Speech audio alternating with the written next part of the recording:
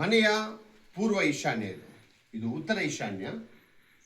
ಮನೆಯದು north East portion ಇದೆ consider ಮಾಡೋಣ.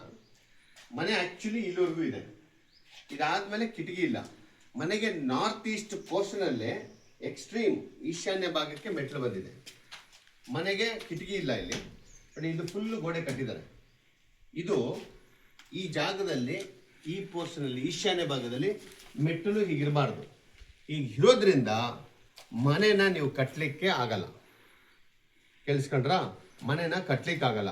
ಮನೆಯಲ್ಲಿರುವಂಥ ಯಜಮಾನರು ಗಂಡಸರಿಗೆ ಆಯ್ತಾ, ಸ್ತಂಭನ ಶಕ್ತಿ ಅಂದರೆ ಸ್ಟ್ಯಾಮಿನಾ ಸುಸ್ತಾಗ್ತದೆ. ಅದು ಈ ಸುಸ್ತಾಗೋದು ಇದರಿಂದನೇ. ಈ ಪೇನ್ ಬರೋದು, ಮೈಕೈ ನೋವು ಪೇನ್ ಬರೋದು, ಇದೆಲ್ಲ ಕಾರಣಕ್ಕೂ ಈ ಮೆಟ್ಲಾಗಿರುತ್ತೆ. ಈ ಮೆಟ್ಟಲನ್ನು ತೆಗೆದ್ರೆ, ಈ ಗೋಡೆನೆಲ್ಲ ತೆಗೆದ್ರೆ ಇದೇ ಪೋರ್ಷನ್ ನಾರ್ತ್ ಈಸ್ಟ್ ಆಗುತ್ತೆ. ಆಯಿತಾ?